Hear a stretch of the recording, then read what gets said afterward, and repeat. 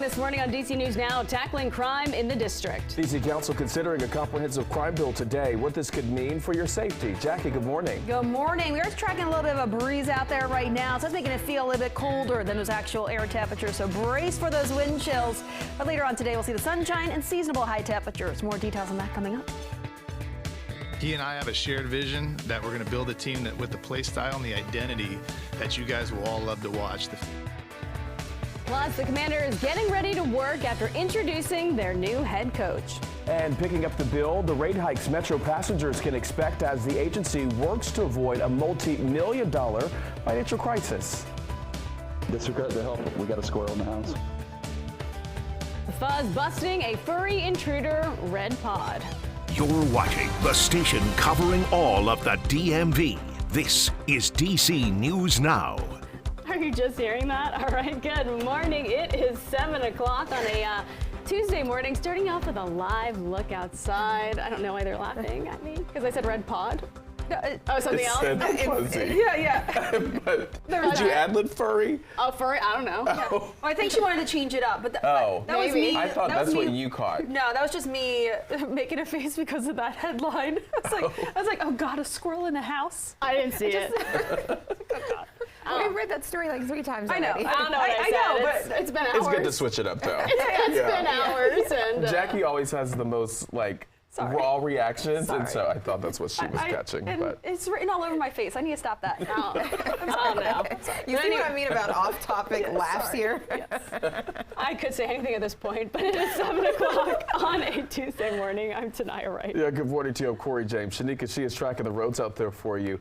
To get you out the door, if you haven't left already, we're going to have more from her in just a moment. But Jackie, she is keeping an eye on the forecast. Things are definitely cold for folks who are heading out. Yes. Definitely want to have a coat, a jacket. If you Scarf, gloves. Yeah. Everything. Coffee. Everything. Coffee, yeah, hot. Yeah. Hopefully. Maybe even a heating pad. Maybe even If you're really serious about the cold, maybe that too. Those hand warmers. Right. Yes. Those, I love those in the winter. Anyway, temperatures, let's talk about those. It's off to a cold start. Low to mid-20s along in north and west of the I-81 corridor, 30s as you get closer towards D.C. and areas south and east. But we do have a bit of a breeze coming in, mainly out of the north. That's between 3 to 10 miles per hour. So that's making it feel even colder. Those wind chills right now, 20s for much of the area, but we did just drop into those upper teens in Hagerstown, seeing those mid-teens over towards Luray. Those are some of the colder spots, or at least feeling colder out there right now. All clear across the DMV. That will continue through the day today. That sunshine sticking around. Temperatures bouncing back into those mid-40s later on today. That's seasonable for this time of the year. More details on this coming up, but Shanika's back with a look at those roadways. How's traffic at this hour?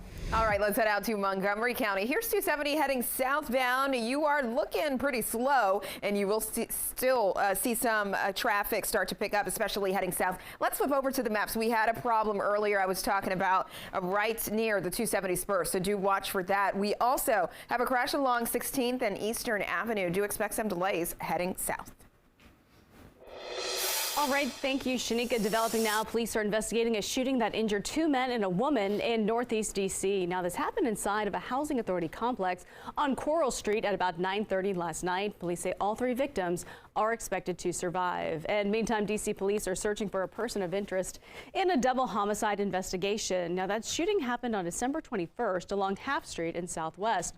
4 people were shot. We do know a man and woman died. Police just released these surveillance photos of a person of interest. There's a reward of up to $25,000 for information leading to an arrest and conviction. And happening today, D.C. council members will decide whether or not to advance a bill meant to curb crime in the district. The vote comes after 2 violent crime sprees in D.C., one that turned deadly. DC News Now's Candace Cole is live this morning in Northwest D.C. with the latest. Candace, good morning. The D.C. City Council will take a first-round vote today on the Secure D.C. Act. That piece of legislation was introduced early last month by Ward 2 council member Brooke Pinto to try to curb crime here in the city.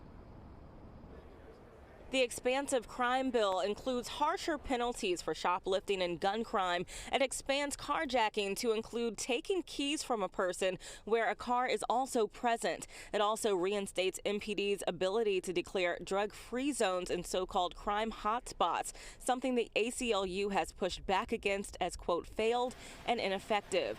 According to crime data from D.C. Police, violent crime saw an uptick of 39% from 2022 to 2023, but has gone down 3% so far in 2024 compared to last year. D.C. Police Chief Pamela Smith says passing the Secure D.C. Act is a necessary step to curb crime, especially among young people in the city. We've got to ensure that we pass this legislation for DC Secure, because that's going to give us an additional tool in order to address these crimes. And we need to make sure that there's some accountability to these young people.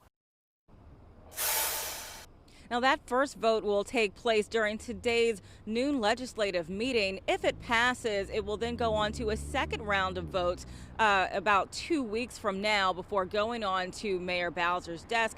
Reporting in Northwest, Candace Cole, D.C. News Now. All right, Candace, thank you. Time right now is 7:04. Today, the Montgomery County Board of Education is planning its vote for an interim superintendent. The board says it's planning to appoint Dr. Monique Felder as interim superintendent. Now, this comes days after the previous superintendent, Dr. Monifa McKnight, stepped away from her role. Montgomery County Public Schools says the separation was a mutual agreement. A county inspector general report pointed to longtime issues with the county's handling of employee complaints. However, at this time, we do not know if this report has anything to do with McKnight's departure. Why is it that issues that get addressed are not fixed? What are the cultural challenges that allowed for anonymous complaints not to be investigated to the extent that they should have? The meeting to appoint Felder starts at 11 o'clock this morning. Meantime, parents in Montgomery County speaking out about Dr. McKnight's decision to step down. Now, some say they're not confident in the school board that is going to select a suitable replacement. Those parents believe there's a lack of transparency within the school system.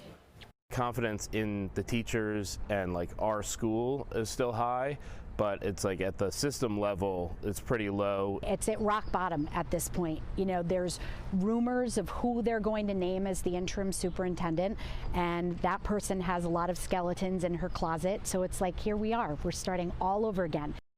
Parents say they want the interim superintendent to be an accountable leader who puts students first. And Prince William County is investing more than $500,000 into upgrading security at several public schools.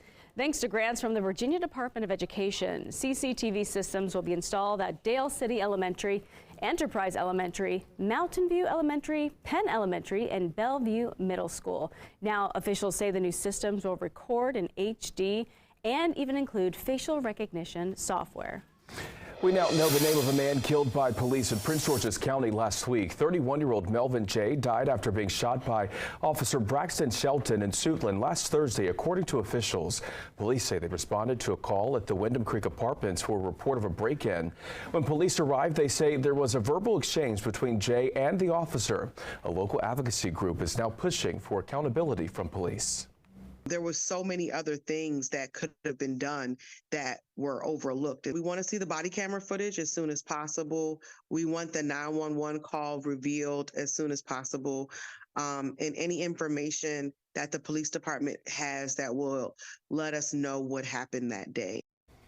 The Maryland Attorney General says police are now investigating the circumstances around the shooting.